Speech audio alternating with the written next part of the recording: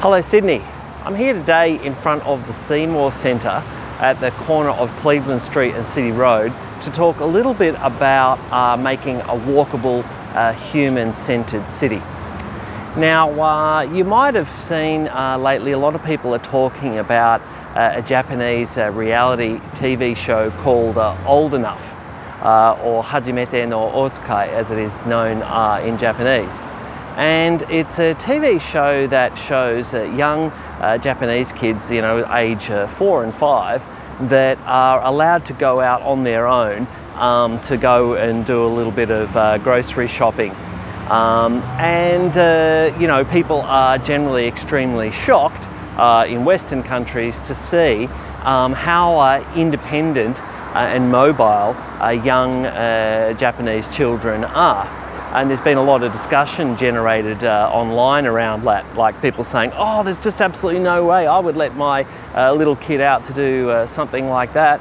Oh, it's too dangerous, or we couldn't have it here because Japan's totally different to Australia. Well, I'm here today to tell you that that is not the case, and we could actually have our cities in Australia designed in a different way that would encourage walkability and be much safer for everybody, and also address the climate emergency. Now, I actually lived in Japan for a couple of years as an English teacher, and I can assure you that it is true. Young Japanese children do have a lot more self-independent mobility than Australian children. And there are amazing health indicators that show that children's independent mobility is highly correlated to their overall health and well-being outcomes. Physical health, mental health, feelings of self-worth, and so on. So it's very important that we do what we can to encourage independent mobility and facilitate it as much as possible. And this intersection is a really good example of what we are currently doing wrong in our cities. So very often during school term, school groups come to the Seymour Centre just in front of me here, where they come and see a theatre matinee as part of a unit of study that they're doing. And they see the matinee and they walk across here, they come here and they pack lunch, and their teachers get them across into Victoria Park there, where they have their lunch.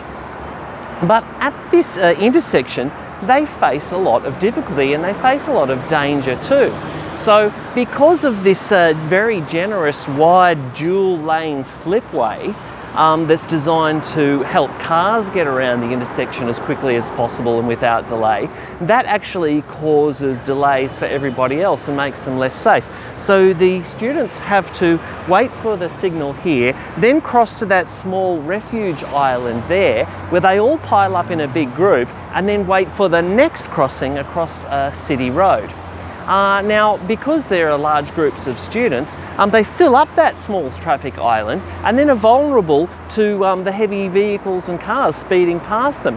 They're almost like skittles in a bowling alley waiting to be knocked down. And this intersection actually quite frequently has accidents in it, so it's very unsafe. Now, this intersection has been analysed in some detail by Professor David Levinson. He's a transport expert at Sydney University and founded a group called Walk Sydney, and their aim is to improve walkability in our cities. And he comes up with a number of solutions, and these solutions are not just for this intersection, I want you to think about in other intersections in general. So one thing is that this dual lane left turn here, only a very small distance up the road becomes King Street, where it's one lane only. So there is no need to have two lanes for that. He says that, well, we don't need any special privileges for cars to turn left here. They should wait along with everybody else. So if they waited at the main intersection, then pedestrians would be able to cross this intersection in only one go. Okay, not having to wait twice. Another thing that we could do is change the signal timings to allow more pedestrian time, and so you don't have to wait so long when you press the button.